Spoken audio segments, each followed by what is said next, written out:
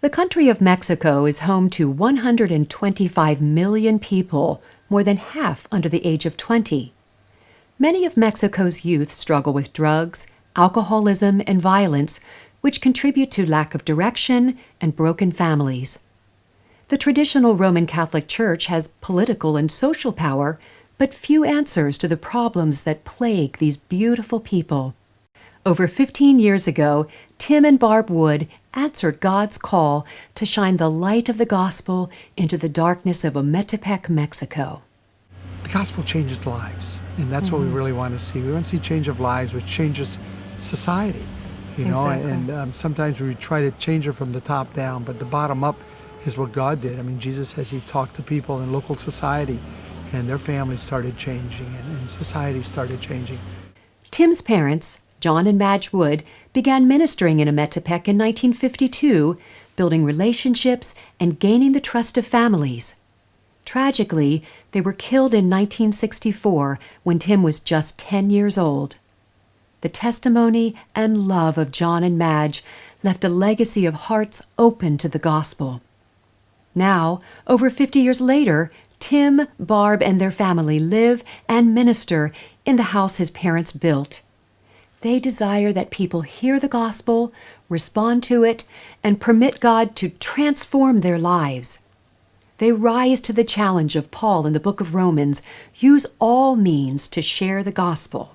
So we came to Metepec, we put together what was known as the Maranatha Soccer Club. We had a youth team, we also had a children's team, and we had their first division team of the league.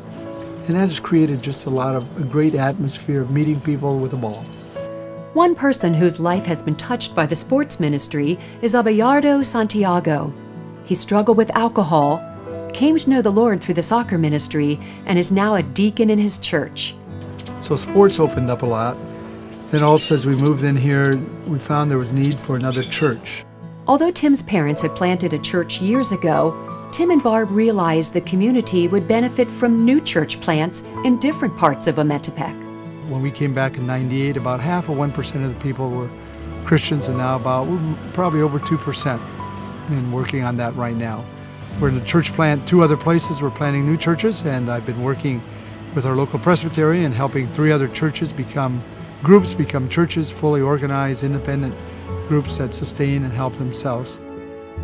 I have a missionary camp we put on the end of July and beginning of August, and the objective there is to challenge leadership, young leadership typically. We go for 1 week of training, then 1 week of missionary service. Tim and Barb conduct a winter beach camp in which teenagers from around the entire area enjoy a long weekend of beachside fun and enriching spiritual experience. We started seeing that there was a tremendous need in education. Also, there was a level of society that we weren't able to, it was hard to penetrate because they have everything. So we started praying to God about maybe starting a school. 7 years ago, this prayer became a reality in the community. Currently, there are over X students in this secondary school with over X full-time faculty members, all benefiting from a beautiful campus located right in the community.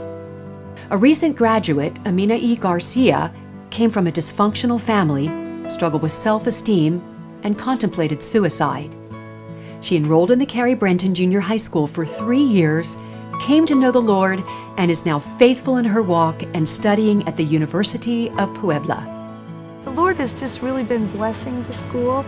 It's called the Reginald Carey Brenton School.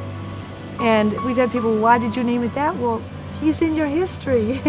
He was called the father of the Mexican Navy.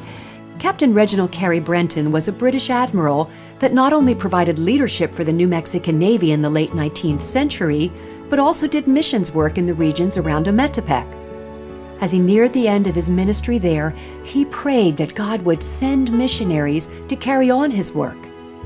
Tim's parents, John and Madge Wood, were God's answer to that prayer. Every week we minister in the hospital. We have a devotional in the waiting room, and then we go and share the Lord's message as well, bed to bed. In Amistad Hospital, continuing the vision that my father and Dr. James Boyce had of reaching the whole man, that they were sent down, the spiritual man and the physical man. and giving those words of hope that only God can give to each one of us. So through sports, church planting, a community school, hospital ministry, and youth camps, Tim and Barb are impacting Ometepec for God's kingdom.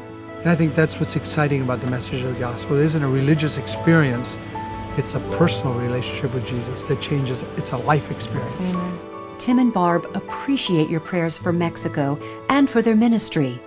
Your prayer support and gifts maintain the programs that are changing lives and help them to expand to meet the tremendous needs of the people they serve.